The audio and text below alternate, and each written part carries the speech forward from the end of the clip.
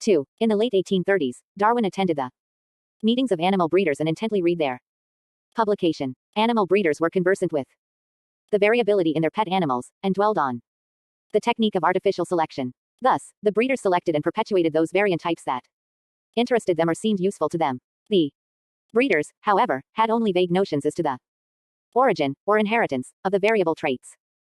Darwin acknowledged the unlimited variability in organisms, but was never able to explain satisfactorily how a variant trait was inherited. Although Darwin criticized many aspects of Lamarck's theory, he did not deny that acquired characteristics can be transmitted. He realized that the nature of inheritance was unknown, but he devised a working hypothesis, called hypothesis of pangenesis equals origin from all, in 1868 to explain how acquired variations may be transmitted. G. Fortis E. O.Q.G. Fuligino.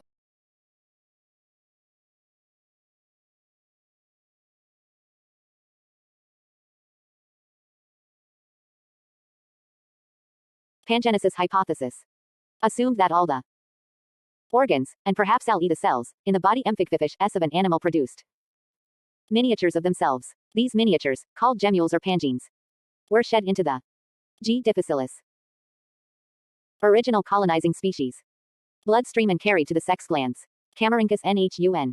V. C. Reproducti. Ve. Org. Scandens icrasirostris gans. The testes.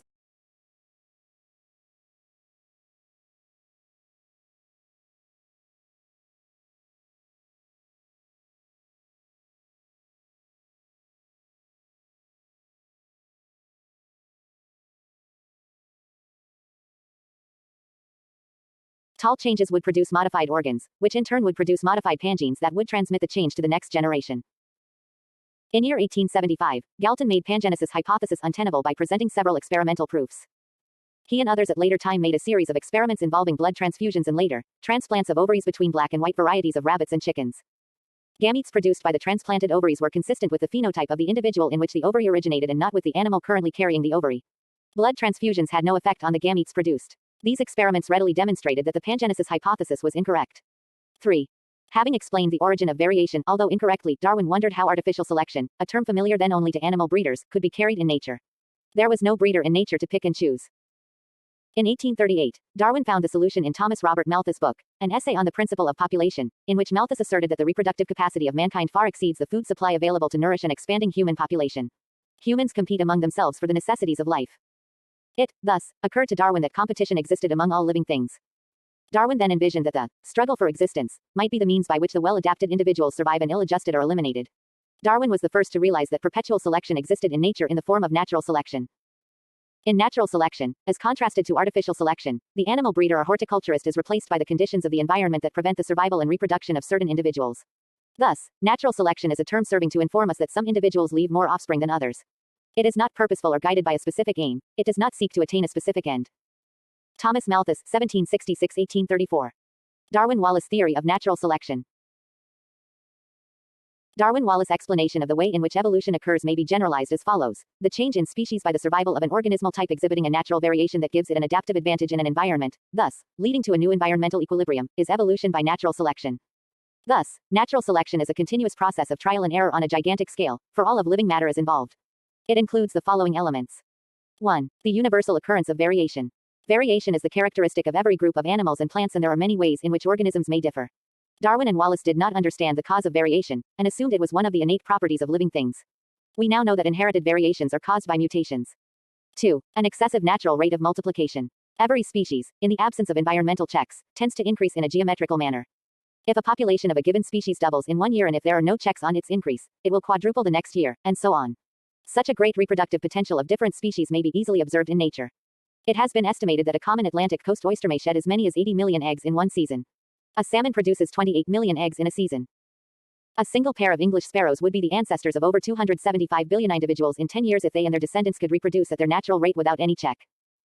Darwin calculated that even a pair of elephants, which are about the slowest breeding animals known, could, in the absence of any checks, have 29 million descendants at the end of 800 years. Thus, more organisms of each kind are born than can possibly obtain food and survive. Since the number of each species remains fairly constant under natural conditions, it must be assumed that most of the offsprings in each generation perish. If all the offsprings of any species remained alive and reproduced, they would soon crowd all other species from the earth. 3. Struggle for existence. Since more individuals are born than can survive, there is an intraspecific or environmental struggle for survival, a competition for food, mates and space. This contest may be an active kill or be killed struggle, or one less immediately apparent but no less real. Such as the struggle of plants or animals to survive drought or cold. Every species has an excessive rate of multiplication. 4. The consequent elimination of the unfit and the survival of only those that are satisfactorily adapted. Some of the variations exhibited by living things make it easier for them to survive, others are handicaps which bring about the elimination of their possessors. This idea of the survival of the fittest is the core of the theory of natural selection. 5. The inheritance of the mutations or recombinations that make for success in the struggle for existence. The surviving individuals will give rise to the next generation. And, in this way, the successful variations are transmitted to the succeeding generations. The less fit will tend to be eliminated before they have reproduced. Successive generations in this way tend to become better adapted to their environment. Negative, A positive. Natural selection. Figure 5.5. Diagram showing negative and meant, as the environment changes, further adaptations occur. The operation of natural selection over many generations may produce descendants which are quite different from positive natural selection. Their ancestors, different enough to be separate species. Furthermore, certain members of a population with one group of variations may become adapted to the environment in one way, while others, with a different set of variations, become adapted in a different way, or become adapted to a different environment. In this way, two or more species may arise from a single ancestral stock. Critical analysis of Darwinism. With the appearance of Darwin's book in 1859, a veritable storm of controversy broke out. Many people became interested in his presentation. The arguments for and against that developed were often heated. The concept of natural selection was opposed primarily on ethical and religious grounds. But the sheer weight of evidence and the logic of Darwin's presentation finally convinced a majority of the educated people. The concept of evolution affected many aspects of man's thinking, and it will continue to do so. However, the idea of the survival of the fittest of Darwinism has been erroneously interpreted by many to mean survival only by tooth and claw, an interpretation that has led in many cases to rationalizations for the attitude of every man for himself in social and economic affairs. In fact, the process of evolution is not all tooth and claw. Plants have evolved too, and there is no bloody competition between them. In all forms, plants and animals alike, a part of the selective process involves the action of inanimate nature, factors such as drought, storm, moisture, temperature, etc. Active competition between organisms is a part of the process, but as Walter Ley and others have pointed out, cooperation has, in many cases, been involved in survival. Natural selection results in the survival of those forms that are best integrated with the various factors of the environment in which they live. Certain other demerits of Darwinism. Besides its numerous merits, Darwinism has following demerits. 1. Darwinism or natural selection theory does not account for the beginning of organs, which may appear at first as the various rudiments having as yet no selection value. In other words, it remains concerned with the survival of the fittest, but not for the arrival of the poet Alfred Lord Fittest. Thus, to give rise to such specializations is elaborate mimicry. Tennyson wrote his poem Inner the Electri. See organ of the torpedo, etc. Y. Ch. of Apparent Memoriam in 1833. 25 years. Dvinth. D. Selecti. Before Darwin published The Advantage Only in the Perfected State, Natural Selection, acting only Ogden of species. It includes upon minute gradations toward perfection, seems inadequate. That the memorable line, nature same is true of so complex a specialization as the eye and its function, read in tooth and claw. In the vertebrates or in the insects and crustaceans. 2. Overspecialization in certain cases like extinct Irish deer in which huge antlers outweigh the entire skeleton, or the immense spiral tusks of the Jefferson mammoth, or the minute fidelity of certain mimicking insects such as Kallima, or huge dinosaurs of Mesozoic, all cannot be explained on the basis of continuous variations and natural selection. These organs or body structures should not have reached such a harmful stage, if natural selection was operating. However, such cases of overspecializations have been explained by Darwin on the basis of discontinuous variations or sports, which, according to him, do not play any role in evolution. 3. Natural selection cannot account for degeneracy. To say an organ is no longer useful and, hence, disappears, is to state the effect and not the cause. If under changed conditions a character built up by natural selection becomes a menace, the reversal of selection can accomplish its removal, but this will not suffice where the characteristic is an indifferent one. 4. One of classical objections to natural selection is that new variations would be lost by dilution, as the individuals possessing them bred with others without them. We now know that although the phenotypic expression of a gene may be altered when it exists in combination with certain other genes, yet the gene itself is not altered and is transmitted to succeeding generations. 5. Darwin indirectly accepted the Lamarckian idea of inheritance of acquired characters in the form of pangenesis hypothesis, which cannot be accepted in the light of knowledge of genetics made available in the present century. In year 1875, Galton made pangenesis hypothesis untenable by presenting several experimental proofs.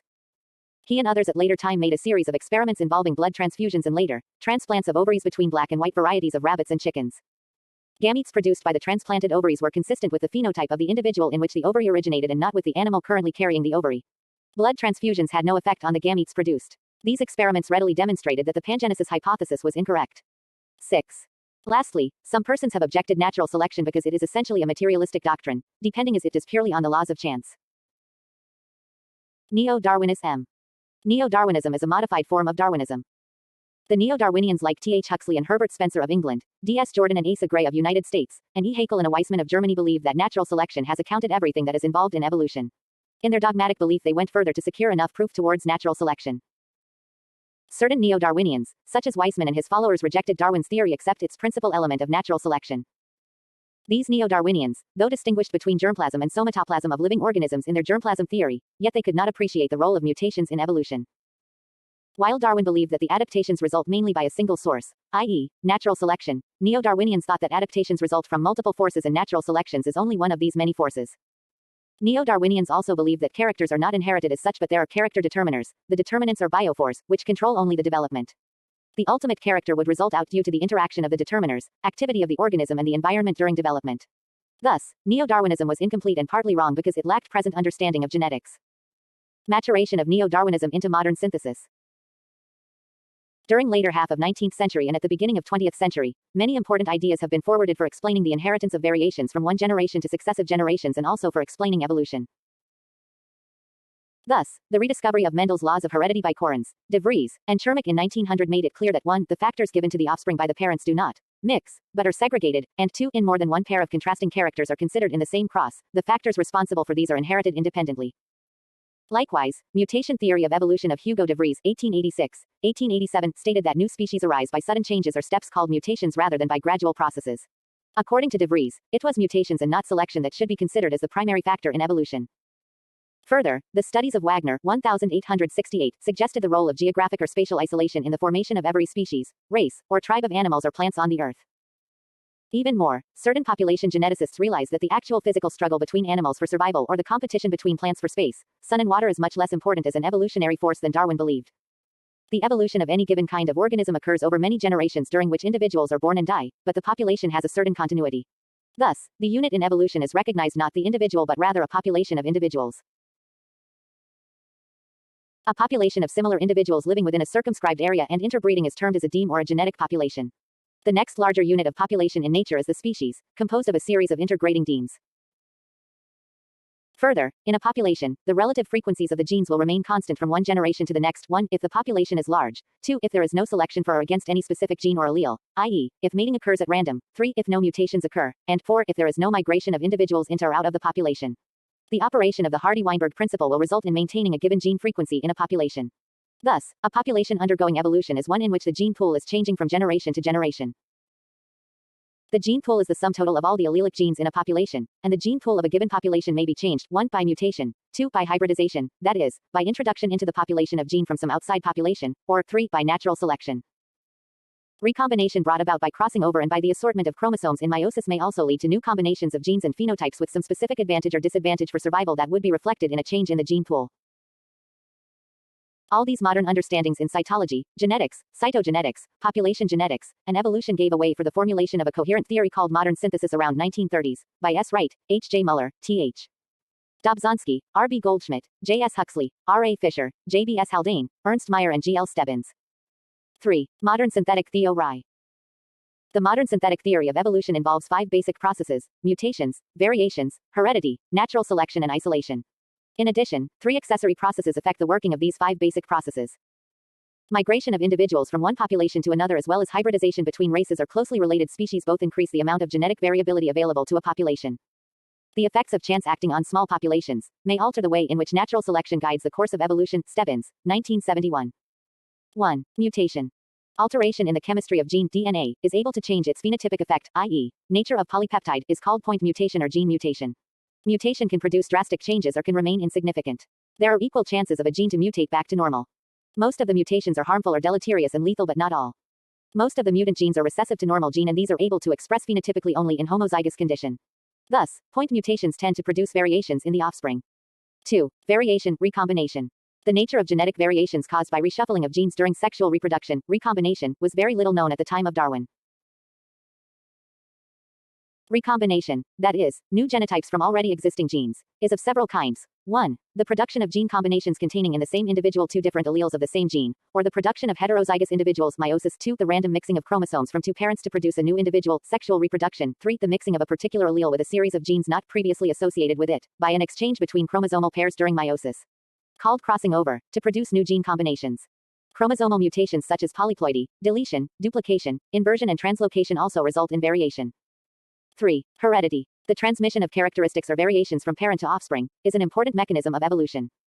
Organisms possessing hereditary characteristics that are helpful, either in the animal's native environment or in some other environment that is open to it, are favored in the struggle for existence. As a result, the offsprings are able to benefit from the advantageous characteristics of their parents.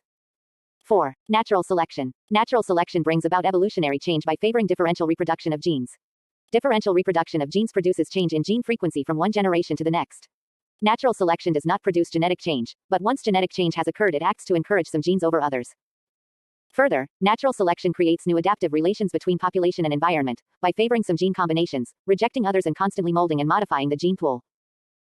The workings of natural selection are exceedingly complex because of the range of organizational levels at which it functions. Selection discriminates among available reproducible biotic entities to produce more efficiently adapted units. Natural selection operates upon every stage in the life history of an organism. It produces non-random differential reproduction of biological units and may affect any biotic entity from the molecular to the community level. Examples of levels at which natural selection makes differential discrimination are the following: intermolecule, intergen, interchromosome, intergamet, interindividual, Darwinian selection, interdemic, interracial, interspecific, and intercommunity. Darwinian selection may result from differential natality among others. 5. Isolation. Isolation of organisms of a species into several populations or groups under psychic, physiological, or geographical factors is supposed to be one of the most significant factors responsible for evolution. Geographical isolation includes physical barriers such as high mountains, rivers, oceans, and long distances preventing interbreeding between related organisms. Physiological barriers help in maintaining the individuality of the species, since these isolations do not allow the interbreeding amongst the organisms of different species. This is called reproductive isolation. Speciation, origin of new species. The populations of a species present in the different environments and are segregated by geographical and physiological barriers, accumulate different genetic differences, variations, due to mutations, both point and chromosomal recombination, hybridization, genetic drifts, and natural selection. These populations, thus, become different from each other morphologically and genetically, and they become reproductively isolated, forming new species. 4. Weismann's germ PIASM theory. August Weismann, 1834-1914, was the German neo-Darwinian biologist who proposed the germplasm theory, which was published in the book Das Chemplasma. He asserted the continuity of germplasm as the main criterion for inheritance of characters. All the heritable variations have their origin in germ cells, and a new type of organisms arise only from changed type of germ cells. Thus, Weismann's germplasm theory rejected outrightly the Lamarckian concept of inheritance of acquired characters and Darwin's pangenesis hypothesis. While Darwin's pangenesis hypothesis is centripetal in nature, germplasm theory is centrifugal. The main points of germplasm theory are the following. 1. Existence of somatoplasm and germplasm.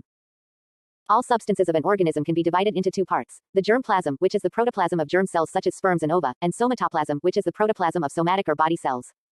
The germplasm is thought to be the actual vehicle of heredity. It is not affected by any influence either from the body or the external environment. The somatoplasm is thought not to play any role in heredity. 2. Continuity of germplasm. In reproduction, a portion of germplasm is derived from each parent, the paternal sperm and maternal ovum, each of which has an equivalent share in the inheritance. These combine to form the fertilized egg. The contents of egg divide and redivide to produce both body, soma, and the germplasm of new individual. When the egg divides in the first or subsequent cleavages, each daughter cell receives an equal share of germplasm, and this holds true for all cells which go to form the adult body. None of the somatic cells, however, has any share in subsequent generations, but only the germ cells which are derived directly from the original egg. It follows, therefore, that there is a continuous stream of germplasm from generation to generation, to which the somatic cells contribute nothing. Hence, only those mutations which are germinal in their origin can possibly be handed down, and as the hereditary stream of germplasm is already set apart before the adult body comes in use, one cannot see how any modification impressed upon the body through use or disuse can possibly become a part of the organism's heritage. Thus, germplasm is immortal since it is perpetuated from generation to generation through the meiotic cell division. Each germ cell is the product of the division of previous germ cells. Somatoplasm is mortal, it perishes with the death of an organism. Germplasm can produce the somatoplasm, but somatoplasm cannot produce the germplasm. 3. Architecture of germplasm, concept of determinants. In 1904, Weismann proposed that every distinct part of an organism is represented in the sex cell by a separate particle, the idioplasm or determinant. Each determinant is supposed to be made up of still smaller units called biophores. The sum total of determinants would represent the parts of the adult organism with all their peculiarities. The complete set of determinants would be handed down from generation to generation, which would account for hereditary transmission of characters. The determinants, according to Weismann, are localized in the chromosomes of the nucleus, just as are the genes of modern genetics. Further, during the cleavage of the egg, the various determinants become segregated into different cleavage cells or blastomeres. Eventually each blastomere would contain only determinants of one kind and it would be forced to develop or differentiate in a specific way in accordance with the determinants present in it. Only the cells having the sex cells among their descendants tend to preserve the complete set of determinants, since these would be necessary for directing the development of next generation. 4. Parallel induction. In apposition of Lamarck's inheritance of acquired characters, Weismann had introduced the idea of parallel induction. According to this concept, the stimulus affects simultaneously the germplasm and the body soma.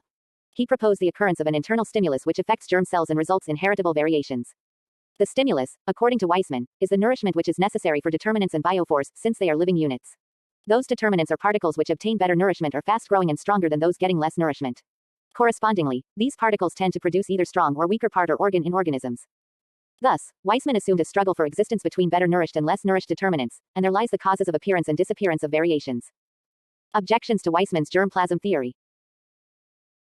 Germplasm theory is criticized mainly for its speculativeness, i.e., it lacks any experimental support, and also for its idea of determinants and their segregation during cleavage and for its failure for explaining causes of regeneration and asexual reproduction. Significance of Weismann's germplasm theory.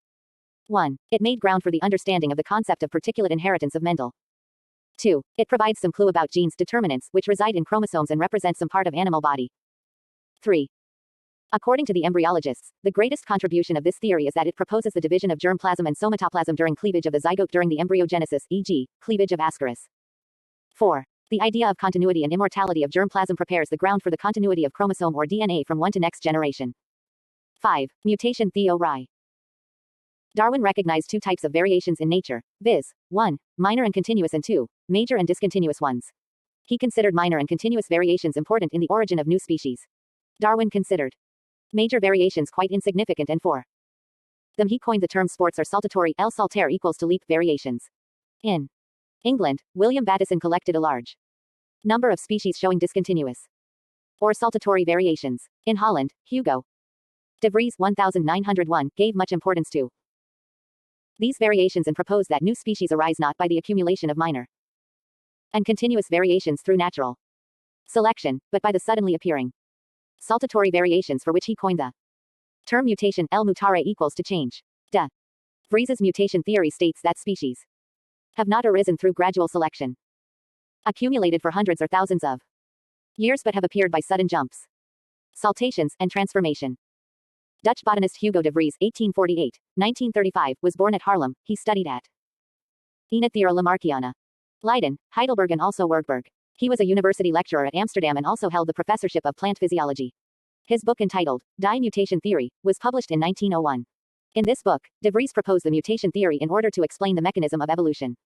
This theory was based on his observations on evening primrose, Oenothera lamarckiana, grown in a field near Amsterdam.